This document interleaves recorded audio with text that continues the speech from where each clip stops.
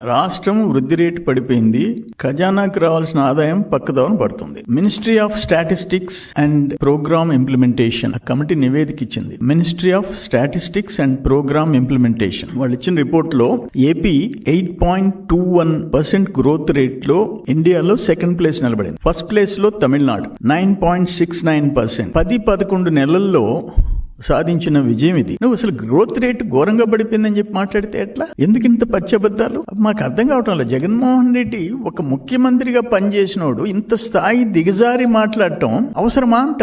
2.5 hours విషయం కక్కుతుండవు. మేము వచ్చి 11 నెలలైంది. 5 నెలలు నీ విధ్వంస పాలన, రాష్ట్రాన్ని వ్యవస్థలని సర్వనాశనం చేసినోడివి నువ్వు. వాటన్నిటిని కవర్ చేసుకొని ట్రాక్ లో పెట్టిన ప్రభుత్వం కూటమి ప్రభుత్వం, చంద్రబాబు నాయుడు గారి అనుభవం, దానికి ఇంత పచ్చబద్ధం చెప్తే మీ వాళ్ళు కనీసం నీకు ఫీడ్బ్యాక్ ఇవ్వరా? లేకపోతే తెలిసి తప్పులు చెప్తున్నావా, అబద్ధాలు చెప్తున్నావా? అప్పుల గురించి మాట్లాడతాడు. ఆఖరికి తమరు మద్యపాన నిషేధం విధిస్తాను అని చెప్పి నమ్మించినోడివి నువ్వు. చెప్పి వాళ్ళ గొంతు కోసి వేల మంది ప్రాణాలకు ముప్పు తెచ్చినోడివి. మా వాళ్ళు ఇన్ని సంవత్సరాలు తాగుతారని చెప్పి మరో 10-15 సంవత్సరాలు తాగుతారని తాకట్టు పెట్టినోడివి. మద్యపాన నిషేధం అని చెప్పి ఇంకా 10 ఏళ్ళు తాగుతారు అని ఆ అప్పులు ఎవరు కడుతున్నారు? ఆ మద్యం తాకట్టు పెట్టిన లిక్కర్ మీద తాకట్టు పెట్టిన అప్పుల మీద వడ్డీ ఎవరు కడుతున్నారు? నువ్వు 3 లక్షల చిల్లర 60,000 కోట్లు అన్నారు. ఓకే, అది కరెక్టే అనుకుంటాం. దానికి వడ్డీ ఎవరు కడతారు? ఈ ప్రభుత్వం కదా కట్టేది. ఇంచుమించు 40,000 చిల్లర కోట్లు వడ్డీ కట్టాలిగా. ఎవరు బాధ్యులు వీటన్నిటికీ? ఆఖరణ ఆయన చెప్పడం కేసులో జరిగే దాంట్లో తమరు జీర్ణించుకోలేకపోతున్నారు. అది న్యాయ వ్యవస్థ ముందుంది. ఇక్కడ నుంచి హైకోర్టు నుంచి సుప్రీంకోర్టు దాకా తిరుగుతుంది. న్యాయ వ్యవస్థ చూసుకుంటది ఎవరు తప్పు చేశారు, ఎవరు దోపిడీ చేశారు, ఎవరి గవర్నమెంట్ లో బ్రాండ్ సెలెక్షన్, మద్యం అలవాటు ఉండేవాళ్ళు బ్రాండ్ సెలెక్షన్ ఎవరిది? నీ గవర్నమెంట్ లో బ్రాండ్ సెలెక్షన్ నీది. నువ్వు చెప్పిన బ్రాండ్ తాగాల. ఇక్కడ అది కాదు. ఓపెన్ ఇండియాలో ఏ బ్రాండ్స్ ఏ కంపెనీలు ఉన్నాయో ఆ కంపెనీలు ఈ రోజు వచ్చినాయి. నీ మాదిరిగా నువ్వు చెప్పింది తాగి సచ్చే పరిస్థితి ఈ రోజు లేదు. దాని గురించి మాట్లాడుతుండవు. ఈ రోజు అక్కడ లిక్కర్ కేసు కోర్టులలో జరుగుతుంటే నువ్వు ఉడికిపోతుండవు. అందుకోసం నోరు పారేసేసుకుని ఏదేదో అబద్ధాలు చెప్తుండవు.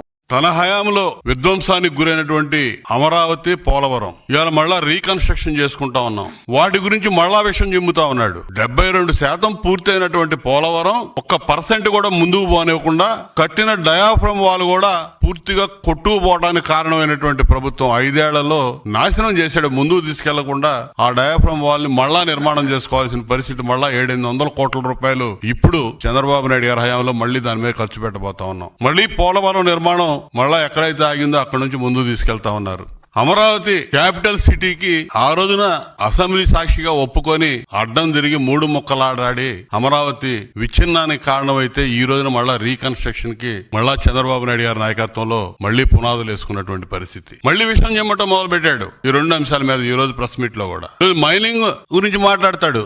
సిగ్గుండాలి మైనింగ్ గురించి మాట్లాడడానికి. మైనింగ్ పాపాలకు మొత్తం ఆద్యుడు నువ్వే. మీ తండ్రి ఉన్నప్పటి నుంచి వేసావు. ఓబులాపురం మైనింగ్ దగ్గర నుంచి ఇవాళ మీ అన్నయ్య జనార్దన్ రెడ్డి జైల్లో ఉన్నాడు. దానిలో కూడా నీ పాపం ఉంది. అక్కడ నుంచి చూస్తే నీ అధికారంలోకి వచ్చినాక ఏ విధంగా ఈ రాష్ట్రంలో కొండలు, గుట్టలు, ఇసుక, గ్రానైట్, సహజ వనరులన్నీ ఏ విధంగా దోచావో ప్రజలకు తెలుసు. నాశనం చేసి వదిలిపెట్టావు ఈ రాష్ట్రాన్ని. ఇంకా సిగ్గు లేకుండా మాట్లాడుతా ఉన్నాడు ఈ రోజు ప్రెస్ మీట్ లో. సూపర్ 6 హామీలు అమలు కాలేదని చెప్తున్నాడు. మొదటి సంవత్సరం నువ్వేం చేసావు అధికారంలోకి వచ్చినప్పుడు? ఈ రోజు చంద్రబాబు నాయుడు గారు 3,000 రూపాయలు 4,000 రూపాయలు చేసి పెన్షన్ మొదటి నెలలోనే ఏప్రిల్ నుంచి పెంచుతామని చెప్పి 7,000 రూపాయలు జూలై నెల 1వ తారీఖు పెన్షనర్లకు అందించి ఇలా భారతదేశంలో ఒక రోల్ మోడల్ గా నిలబడ్డాం. పెద్ద రాష్ట్రాల్లో కూడా ఇంత పెన్షన్ కోసం వెచ్చిస్తున్నటువంటి రాష్ట్రం లేదు. నువ్వు 3,000 రూపాయలు అధికారంలోకి వచ్చినప్పుడు ఇస్తానని చెప్పి వెంటనే ఇస్తానని చెప్పి 250 అని చెప్పి పెంచుకుంటా పోయావు. ఆ విధంగా మోసం చేసావు ఆ రోజున. ఈ రోజున సూపర్ 6 లో ప్రధాన భాగంగా ఉన్నటువంటి పెన్షన్ ని 4,000 రూపాయలు చేసి అందిస్తున్నటువంటి ఘనత చంద్రబాబు నాయుడు గారి కూటమి ప్రభుత్వానికి. గ్యాస్ సిలిండర్లు 2వ పథకంగా ఉన్నటువంటి గ్యాస్ సిలిండర్లు ఇలా 1 కోటి సిలిండర్లు మొదటి విడతలోనే అందించాం మహిళలకి. ఈ రోజు వచ్చే నెలలో తల్లికి వందనం ఇస్తామని అని చెప్పి వాళ్ళ ముఖ్యమంత్రి గారు చెప్పడం జరిగింది. ఫేజ్డ్ మేనర్ లో అన్ని కూడా చెప్పిన హామీలన్నీ అమలు చేస్తా ఉన్నావు. నువ్వు ఈ పథకాల మీద కూడా విషం చిమ్ముతా ఉన్నావు. ఓ పక్క ఇచ్చిన హామీలన్నీ అమలు చేస్తా వస్తా ఉన్నావు. నువ్వు విధ్వంసానికి గురి చేసినటువంటి నిర్మాణాలు మళ్ళా పునర్నిర్మాణం చేస్తా ఉన్నావు. పూర్తిగా కుంటుపడిపోయినటువంటి అభివృద్ధి, రోడ్లన్నీ నాశనం అయిపోయినాయి. చారిడి మట్టేసిన పాపన బాల. దాదాపు 1500 కోట్ల రూపాయలు ఖర్చు పెట్టి ఇలా R&B రోడ్లన్నీ కూడా పార్ట్ హోల్స్ కానీ ఇవన్నీ కూడా రిపేర్లు పూర్తి చేసుకొని ఇలా నడవటానికి ఆస్కారం కల్పించినటువంటి ఘనత కూడా కూటమి ప్రభుత్వాన్ని.